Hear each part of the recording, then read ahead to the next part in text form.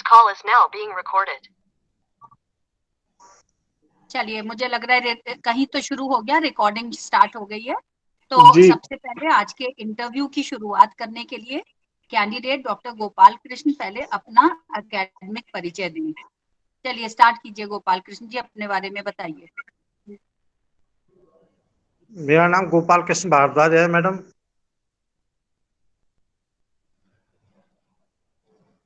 बताते जाइए डॉक्टर साहब, बताते जाइए पूरा। Father's name Shri Ishwari Prasad Bhardwaj, village Naglavinda, tehsil माठ, जिला Mathura, state Uttar Pradesh. Academic qualification MCom PhD. अरे भाई डिटेल में बताइए, आपको कहा गया डिटेल में बताइए। आप बताइए बीकॉम कब किस साल में किस कॉलेज से कितने परसेंटेज मार्क्स के साथ किया, एमकॉम कब किस साल में किस कॉलेज से कितने परसेंट मार्क्स से किया, फिर बीएड बताइए, फिर एमएड बताइए, फिर नेट पीएचडी बताइए, फिर आप बताइए कब कहाँ किस साल से किस साल तक कब कहाँ नौकरी की, वो सारी चीजें बताइए। बीकॉम किया है आगरा यूनिवर्सिटी आगरा से। किस साल में? 1993 में। ठीक है जी, कितनी परसेंटेज? 1993। 1993 में किस परसेंटेज से पास हुए थे? ये हुआ 49.26। 49.26। ग्रेजुएशन में 50 से कम है। चलिए एमकॉम बताइए। है जी, एमकॉम बताइए, एमकॉम कब किया, किस ईयर में, कहां से, कितनी परसेंटेज के साथ? एमकॉम किया था 96 में। हाँ। कितनी परसेंटेज से, कहां से? 61.66। आपकी आवाज कट रही है। कॉलेज था KR college Mathura, doctor Bhimrao Ambedkar university Agra. जी जी, चलिए ठीक है। उसके बाद बीएड कहां से किया? BCom BEd doctor Bhimrao Ambedkar university. College का नाम? कॉलेज का नाम आरबी डिग्री कॉलेज, टेली बगिया आगरा। कहाँ पे? आरबी डिग्री कॉलेज है आगरा में, टेली बगिया पर। आगरा में, ठीक है। कितने परसेंटेज थे उसमें? हाँ, थ्योरी और प्रैक्टिकल इसमें थी मेरी थ्योरी और प्रैक्टिकल। हाँ, अलग अलग बताइए। टोटल 60.36। टोटल 60.36। थ्योरी में कितनी थी और प्रैक्टिकल में कितनी थी बताइए। थ्योरी प्रैक्टिकल की अलग निकालनी पड़ेगी इसमें। चलिए रहने दीजिए, इतना कष्ट ना करिए। बताइए एमएड बताइए। एमएड जी, एमएड की 2005 में।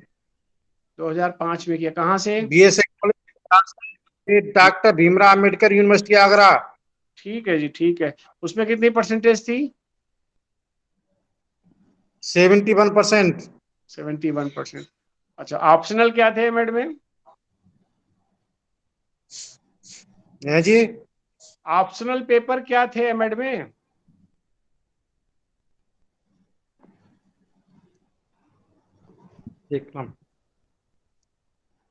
देखने पड़ेंगे, बहुत समय हो गया।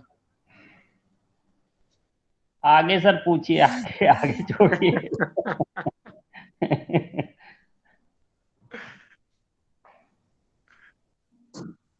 शोभिता मैडम बाहर हो गई भाई, उनको जोड़ो।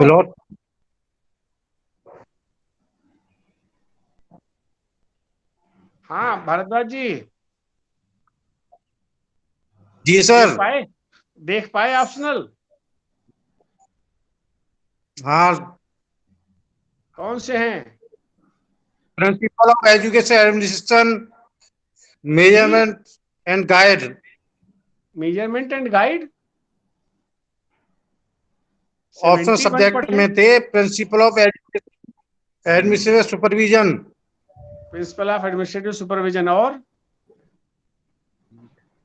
ये कौन सा पेपर है भाई? Agra university administration and supervision. अच्छा, और दूसरा? जी, दूसरा भी होगा दूसरा जी, था दो होते हैं ऑप्शनल जी। श्याम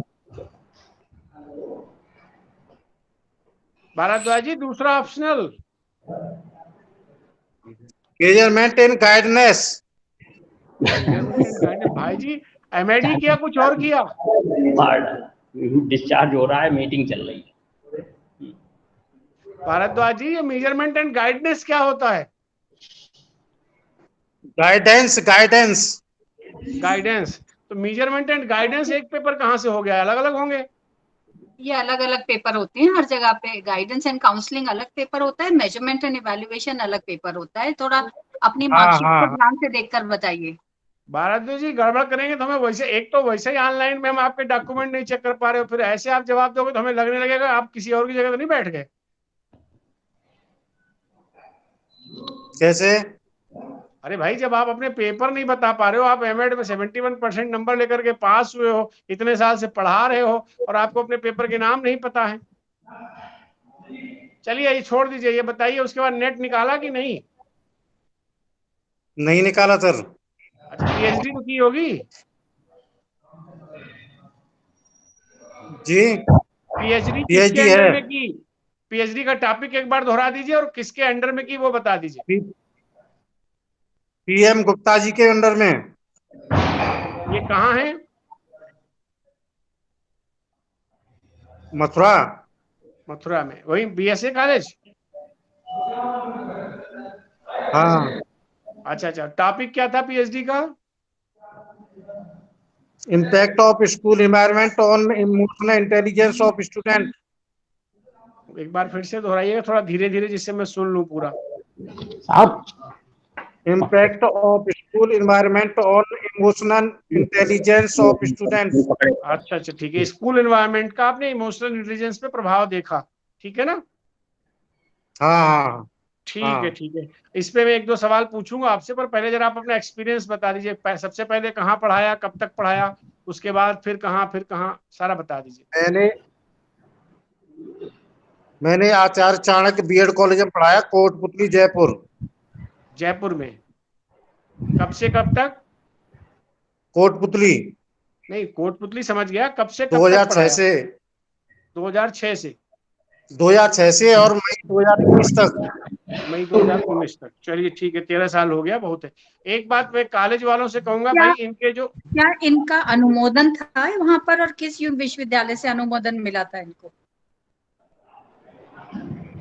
जयपुर में इनको किस विश्वविद्यालय से अनुमोदन था? जयपुर यूनिवर्सिटी, क्या नाम? उसका क्या नाम जयपुर यूनिवर्सिटी है या यूनिवर्सिटी है?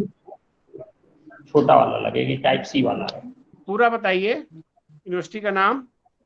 छोटा वाला लगेगा। आचार्य चाणक्य शिक्षा प्रतिष्ठान। अरे भाई, यूनिवर्सिटी का नाम पूछ रहे हैं जहाँ से अनुमोदन था। जयपुर यूनिवर्सिटी। जयपुर यूनिवर्सिटी के नाम से कौन सी यूनिवर्सिटी है भाई? राजस्थान यूनिवर्सिटी जयपुर। 18 हाँ, है। ये कहिए राजस्थान यूनिवर्सिटी जयपुर, यही तो पूछ रहे हैं।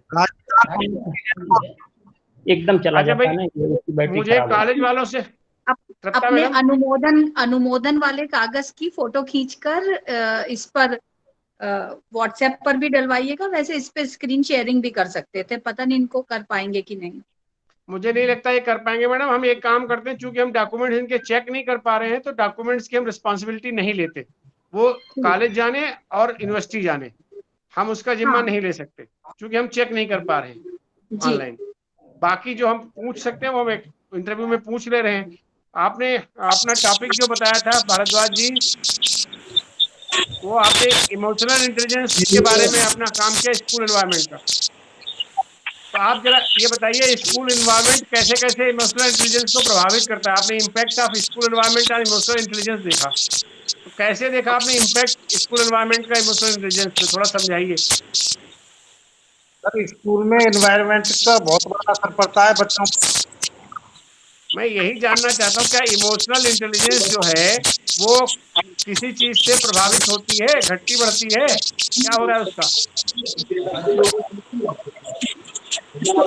शोभिता मैम, आप अपने को म्यूट करके देखिए, शोर आ रहा है कहीं। हाँ, अब ठीक हुआ, अब ठीक हुआ। हाँ हाँ, बताइए भारद्वाज जी। गोपाल जी बोलिए।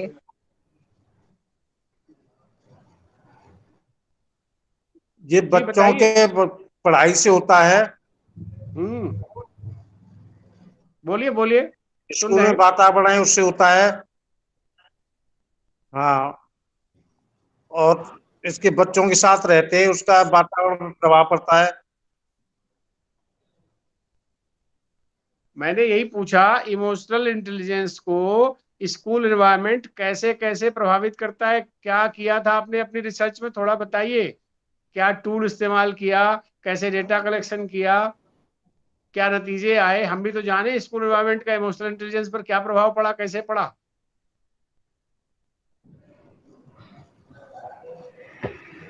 बच्चों बच्चों का प्रभाव पड़ता है, अपने कॉलेज में रहते हैं, पढ़ाते हैं। जी, आप मेरा सवाल नहीं सुन पाए, फिर दोहराऊं। मैंने ये गोपाल जी, कहा, आपकी थीसिस आपके सामने होगी। सर जो आपसे पूछ रहे हैं, अपनी थीसिस में से खोल के पढ़ के बताइए। आपका शोध ग्रंथ तो आपके पास ही होगा ना, इस समय आपके घर में बैठे हैं आप। तो अपनी थीसिस के पन्ने पलट के उनमें उनके क्या उद्देश्य थे और उसके अनुसार क्या परिणाम निकले थे, थोड़ा नतीजे बता दीजिए ना पढ़ के उसमें। अरे ज्यादा ना बताइए, इतने बता दिए कौन सा टूल इस्तेमाल किया, कैसे डेटा कलेक्शन किया और क्या नतीजे आए। इसमें क्या है, बच्चों पर बहुत बड़ा प्रभाव पड़ता है इससे पढ़ने से। संवेगात्मक बुद्धि पर प्रभाव पड़ता है। किस चीज का प्रभाव पड़ता है संवेगात्मक बुद्धि पर? धीमे धीमे बताइए, संवेगात्मक आधी बुद्धि आवाज कट में गई थी। पढ़ने से, बच्चों के साथ रहने से। अब मैडम आप संभालो मैडम, मैं हार गया, मुझे सवाल पूछने नहीं आ रहे। डॉक्टर भारद्वाज, एक ये बताइए कि आपका एज ए असिस्टेंट प्रोफेसर किस डेट में अनुमोदन हुआ था और किस कॉलेज में हुआ था? आचार्य चाणक्य प्रतिष्ठान में हुआ था। कब हुआ था? 2006 में। 2006 में। तब से आप कंटिन्यू वहीं पे वर्क कर रहे हैं? जी जी। कितना एक्सपीरियंस हो गया आपका? 15 साल। 15 साल। तो अब एक 2006 प्रश्न। से भारद्वाज जी, 2006 से 19 तक 15 कैसे जुड़ गए? जी, 2006 से 2019 तक 15 कौन सी गणित जोड़ी? 2006 से 21 तक। अभी तो आपने 19 बताया था। 19 बताया था, 19। चलिए अच्छा भारद्वाज जी, ये और बता दीजिए, वहां कौन सा पेपर पढ़ाते थे आप?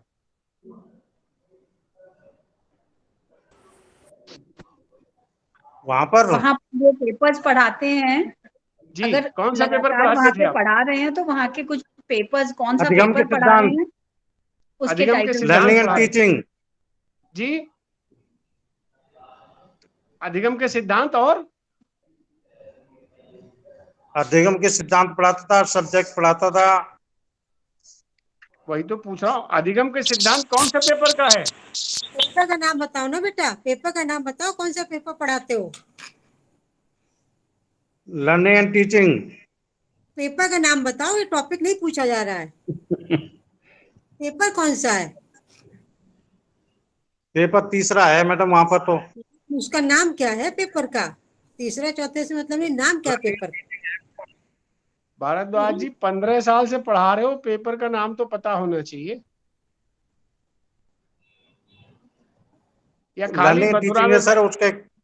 या ऐसा मथुरा जैसी जगह पे थे, बांके बिहारी की सेवा में लगे रहे, वहां अनुमोदन चलता रहा? नहीं सर, ऐसा नहीं है। ऐसा नहीं है। तो जो अधिगम के नहीं सिद्धांत है। अभी आप कुछ बता रहे थे कि पढ़ाते थे, थोड़ा हमें बता दो, हमें बता रहे अधिगम के सिद्धांत क्या होते हैं। आप तो खुद जानकार हैं सर। अरे नहीं, कोई बात नहीं, हमको याद नहीं, हम तो यार इंक्लूसिव एजुकेशन वाले हैं, गोपाल जी, समावेशी शिक्षा हम लोग पढ़ाते तो हैं। जानकार हैं, लेकिन इस समय इंटरव्यू आपका हो रहा है ना। इस समय एक बड़े पद पर आपको नियोजित करने के लिए इंटरव्यू चल रहा है, इसलिए जवाब तो आप ही को देना पड़ेगा। जानकारी तो हमें, हम ये परखेंगे कि आप सही जवाब दे पा रहे हैं या नहीं। आपको आज बताया गया होगा पहले से कि आज आपका ऑनलाइन इंटरव्यू है जो रिकॉर्ड हो रहा है और यूनिवर्सिटी में जमा होगा, तो आपने कुछ तैयारी की होगी, इसीलिए आपको जवाब देने हैं। वरना इनके कॉलेज में हम किस मुंह से कहेंगे कि इनको आप नौकरी पे रख लो। आप यूनिवर्सिटी सिस्टम में एसोसिएट प्रोफेसर के रूप में ज्वाइन करेंगे, अब एचओडी के रूप में जब करेंगे, और अगर पीजी कॉलेज हो जाता है तो आप प्रोफेसर के लेवल के बराबर होंगे, और आप अभी असिस्टेंट प्रोफेसर के लायक भी अगर जवाब नहीं देंगे तो हम कैसे आपका अनुमोदन करेंगे।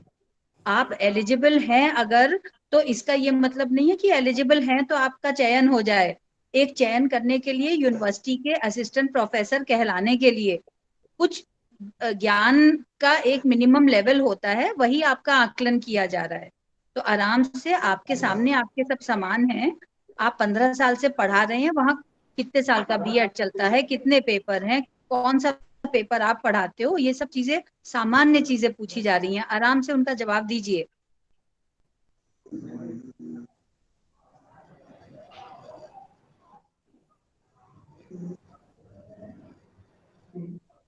हाँ मैडम। चलिए, सिलेबस आपके पास होगा, सिलेबस में देख के बता दीजिए। और वरना अधिगम के सिद्धांत सिलेबस नहीं है। आप रखे हुए थे, अधिगम की परिभाषा, अधिगम होता क्या है, तो चलिए यही डिफाइन बताइए। कीजिए, डिफाइन अधिगम। अधिगम करके सीखना है, अधिगम होता है करके डू द लर्न। कौन कौन सिद्धांत होते हैं अधिगम के? इसमें सिद्धांत बता दो। अधिगम के सिद्धांत पूछ रही हैं मैडम, सिद्धांत बता दो कौन कौन से सिद्धांत होते हैं। हो सकता है हिंदी ना समझ पा रहे हो भरद्वाज जी, थ्योरीज ऑफ लर्निंग की बात हो रही ना।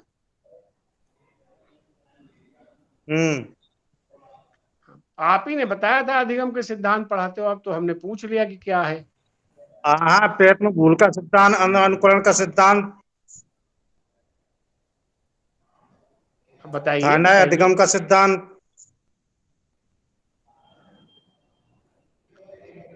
मुझे लगता है काफी सवाल पूछ लिए हमने, एक्सपर्ट लोग अपनी राय जाहिर करें। मुझे तो लगता है ये एलिजिबिलिटी भले पूरी करते हो पर प्रिंसिपल होने लायक तो नहीं लग रहे मुझे। सर एक प्रश्न और है इनसे, सर एक प्रश्न और।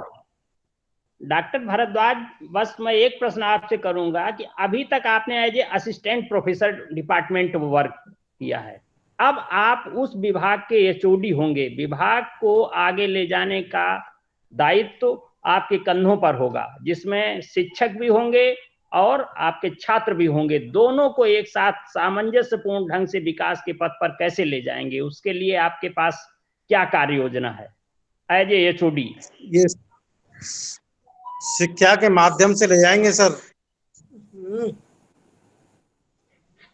शिक्षा के माध्यम से, शिक्षा के माध्यम से, कार्य योजना, शासन से। कार्य योजना कैसे लाएंगे?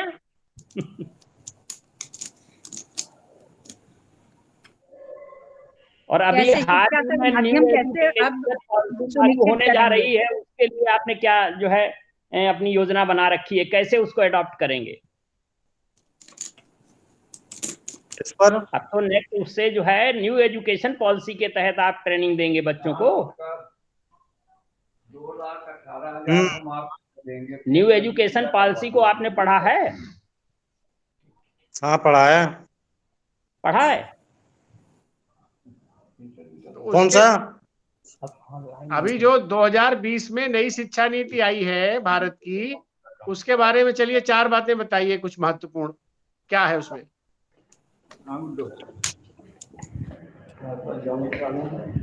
उसका नहीं पता। नहीं पता, चलिए बताइए भाई। तत्ता जी मैं तो रिकमेंड नहीं कर रहा इनको। तत्ता जी आप बताइए।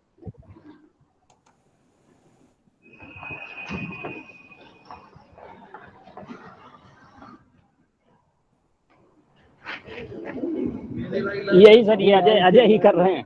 जी जी, सविता जी बताइए। क्या पता है?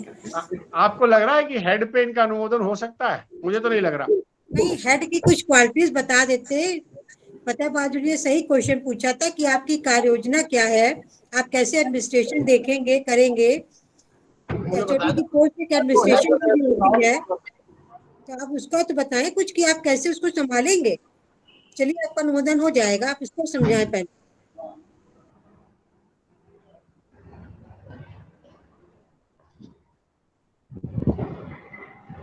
आप एचओडी बनेंगे, आप कैसे डिपार्टमेंट संभालेंगे।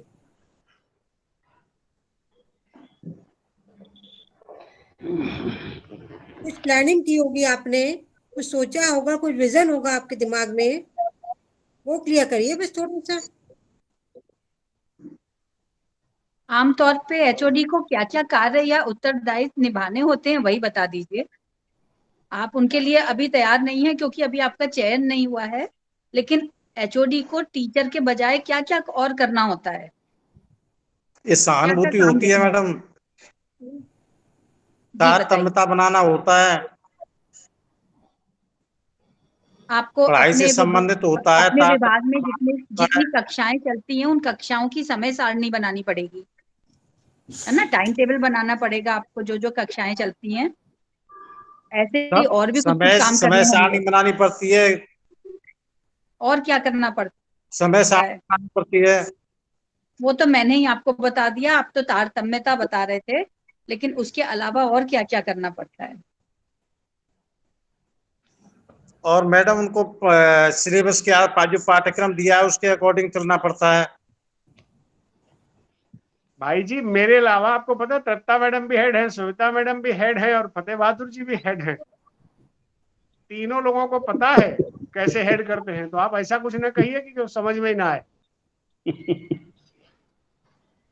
अच्छा, जिस कॉलेज में आप पढ़ाते हैं, 15 साल से पढ़ा रहे हैं, उस कॉलेज में जो भी एचओडी हैं, कोई तो होगा ना, आपका बॉस होगा, प्रिंसिपल या एचओडी, वो जो कार्य करते हैं वही आपको करने होंगे, तो वही सोच के बता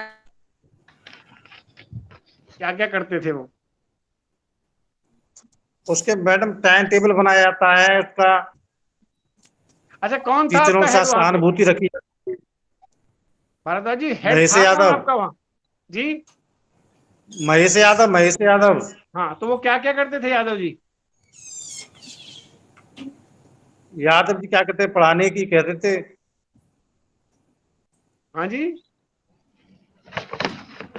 पढ़ाने के लिए। अच्छा चलो भाई, अब भाई आप सब लोग तय करो, हम तो हार गए। यूजीसी ने कितने क्लासेस, एक लेक्चरर के लिए कितने क्लासेस बोले गए हैं, कितने? अच्छा ये बताइए, बीएड, वहां पे बीएड चलता है कि और भी कोई क्लासेस चलती हैं जहां आप अभी नौकरी कर रहे हैं? 100 बच्चे हैं मैडम। नहीं, कौन कौन सी कक्षाएं चलती हैं? केवल बीएड की चलती हैं। हाँ, तो बीएड में कितने टीचर हैं और यूजीसी के अनुसार कितनी कक्षाएं प्रति हफ्ता हर टीचर को देनी होती हैं? असिस्टेंट टीचर को बांटना पड़ता है ना, उनको वर्कलोड देना पड़ता है। सब 15 टीचर हैं। नहीं, आपको हफ्ते में कितनी क्लास पढ़ानी होती है? 2 क्लास पढ़ानी पड़ती है। हफ्ते में? पूरे हफ्ते में 2 क्लास पढ़ानी होती है? नहीं, रोजाना। रोज 2 क्लास पढ़ाते हैं। अच्छा, यूजीसी की गाइडलाइंस, यूजीसी के अंतर्गत आपने कुछ पढ़ा जाना होगा, कितना वर्कलोड कितना होता है असिस्टेंट प्रोफेसर के लिए? प्रति हफ्ता कितने घंटे पढ़ाना जरूरी है, मैंडेटरी है? कैसे?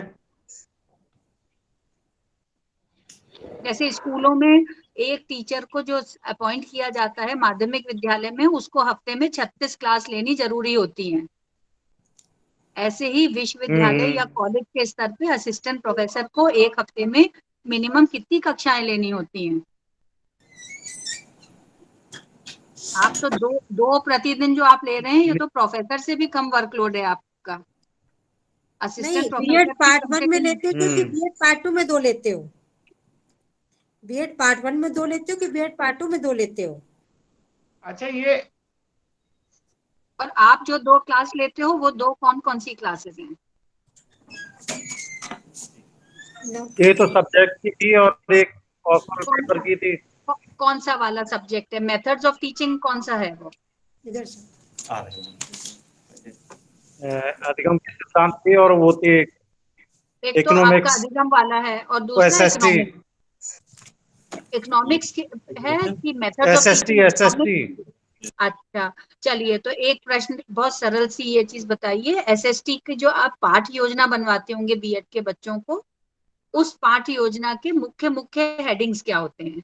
आप बनवाते होंगे ना, आप एसएसटी की टीचर हैं और बच्चे प्रैक्टिस टीचिंग की पाठ योजना बनाते हैं, तो उसमें क्या क्या हेडिंग्स होते हैं वही बता दीजिए जरा। ये तो बीएड का बच्चा भी बता सकता है। वो हेडिंग होते हैं, वो कौशल होते हैं, 5 कौशल होते हैं, अध्यापक प्रस्तावना होती है। सबसे पहले प्रस्तावना लिखते हैं कि कुछ और लिखते हैं? पाठ योजना जब बच्चे उद्देश्य बनाते लिखते हैं पहले। हाँ, पहले उद्देश्य लिखते हैं और उसके बाद उद्देश्य फिर लिखते हैं, उद्देश्य के बाद प्रस्तावना होती है। ठीक, उसके बाद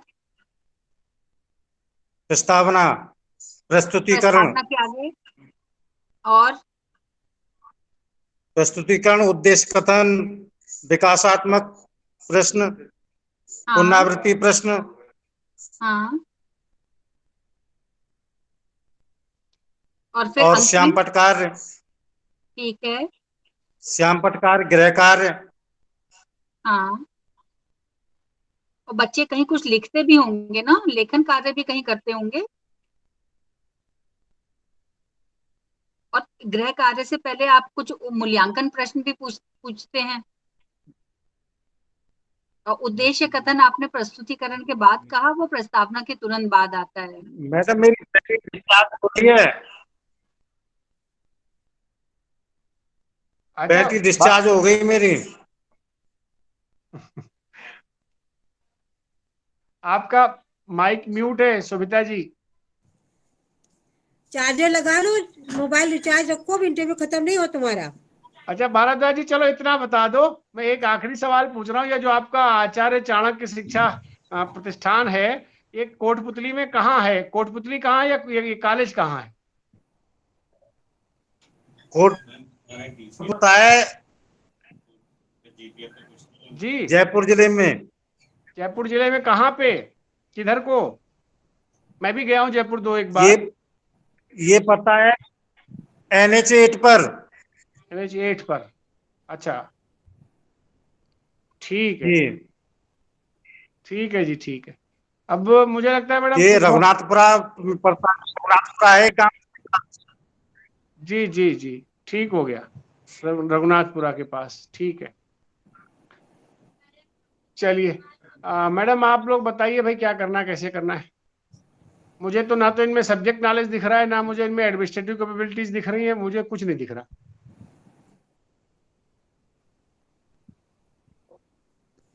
ऊपर से इनकी बैटरी और डिस्चार्ज हो गई है।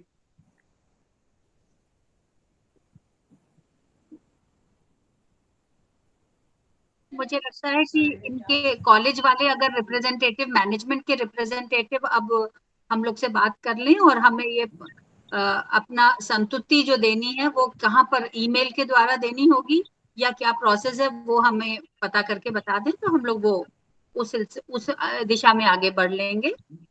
ठीक है मैडम, बिल्कुल ठीक, और बिल्कुल ठीक। क्योंकि गोपाल कृष्ण जी ने इतना समय दे दिया, इनका बैटरी इतनी ही थी तो इतनी ही चल पाई।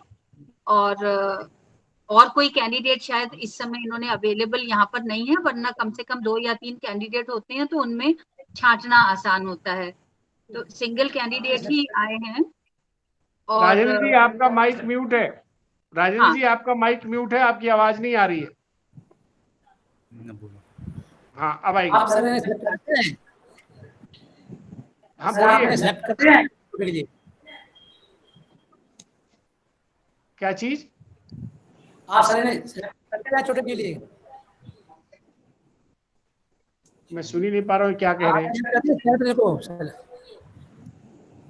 इनको आप आप धीरे धीरे, राजेंद्र जी आप धीरे धीरे बोलिए और अपना माइक के पास आने के बाद स्थिर होकर तब बोलिए, तो हमें सुनाई पड़ेगा। आपकी आवाज बहुत अच्छे से समझ नहीं आ रही। सर अगर आप फोन पे बोल रहे हैं तो फोन के साथ, फोन के पास बोलिए। सर आप इन्हें एचओडी के लिए करते हैं? क्या करते हैं? एचओडी के साथ सर आप इनको एचओडी के लिए सिलेक्ट करते हैं? आप नहीं, राजेंद्र जी, आप कॉलेज में आप किस उस पर हैं? आप कानपुर यूनिवर्सिटी के रिप्रेजेंटेटिव हैं या आप कॉलेज के रिप्रेजेंटेटिव हैं? कॉलेज के। अच्छा, और आपके कॉलेज से दूसरे भी एक जुड़े हुए हैं, कॉलेज का नाम जिसमें आ रहा है अशित मेमोरियल। जी वो कॉलेज का नाम है, तो कॉलेज का नाम है सर। नहीं, वो कॉलेज का नाम है, उसमें जो जुड़े हुए हैं वो सज्जन कौन है? वो आप ही के कॉलेज के कोई व्यक्ति हैं या वो कानपुर यूनिवर्सिटी के कोई व्यक्ति हैं? जी मैं नहीं भाई साहब, आपकी कंप्यूटर आवाज ऑपरेटर। बहुत अच्छा। आप कंप्यूटर ऑपरेटर हैं, आप इनके कॉलेज के कंप्यूटर ऑपरेटर हैं? जी वहीं पहुंच गए। आप कॉलेज के कंप्यूटर आप ये सर या वहाँ के? आप मैनेजर सर आ गए हैं असित महाविद्यालय के। हाँ, तो आप अब ऐसा करिएगा ना, आप ये कानपुर विश्वविद्यालय से ये पूछिएगा कि एक्सपर्ट्स ने इंटरव्यू ऑनलाइन ले लिया, अब अपनी संतुति जो देते हैं वो संतुति किस रूप में देनी है, क्योंकि वो लिखित में संतुति दी जाती है, तो वो लिखित संतुति ईमेल के द्वारा सब लोग अलग अलग भेजेंगे कि एक ही गूगल फॉर्म बना के मतलब किस रूप में देनी है वो पता कर लीजिए, तो हम लोग अपनी संतुति बना सकते थे।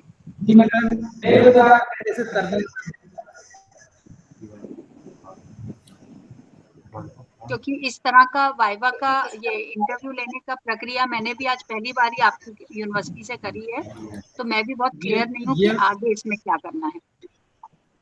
ये मैम कह रहे ईमेल द्वारा प्रेषित कर देंगे, आप उधर साइन करके। हाँ, अगर कागज पे संतुति करनी होगी तो वो कागज आप हम लोग को भेजिएगा, तो हम उसमें ई सिग्नेचर करके या अपना सिग्नेचर स्कैन करके किस रूप में भेजेंगे वो प्रोसेस पूछ लीजिएगा। रजिस्ट्रार मैडम ठीक है ना, वो बता दीजिएगा हम लोगों को, ताकि हम लोग आज शाम तक वो कागज पूरा करके आपको भेज दें वापस। फोन पे बात हो जाएगी मैडम, ठीक है मैं निकलता हूँ। शोभिता मैडम, आपने अभी कोई और इंटरव्यू किए होंगे तो आपको प्रोसेस पता होगी। नहीं, हमने अभी नहीं किया है ऑनलाइन, तो ऑनलाइन पहला वाला मेरा ना, भी मेरा है। हाँ, सबका पहले ही है, किसी को नहीं पता है। ठीक है, ये पता करके बताएंगे, फोन पे बता देंगे, वैसे कर लिया जाएगा। ठीक है मैडम। हाँ, ठीक और ठीक ठीक है, डॉक्टर गोपाल कृष्ण जी, आपको थोड़ा सा अपने आप को थोड़ा और अपडेट रखना पड़ेगा, क्योंकि आप अब सीनियर पोजीशन के लिए अप्लाई कर रहे हैं, इंटरव्यू दे रहे हैं, तो आपको थोड़ा इस बात का ख्याल रखना पड़ेगा कि सीनियर पोजीशन के लिए आपसे उम्मीद की जाती है कि आपको थोड़ी बहुत अपने कंटेंट की और थोड़ी बहुत सहमति देना अपनी आपकी अंदर एबिलिटी हो। मैडम। चलो ठीक है, इंटरव्यू अब हम करते हैं तब तक, है ना? चल रही है अरे मीटिंग चल रही थी, बीच में डिस्चार्ज हो गया, ऑफ हो गया।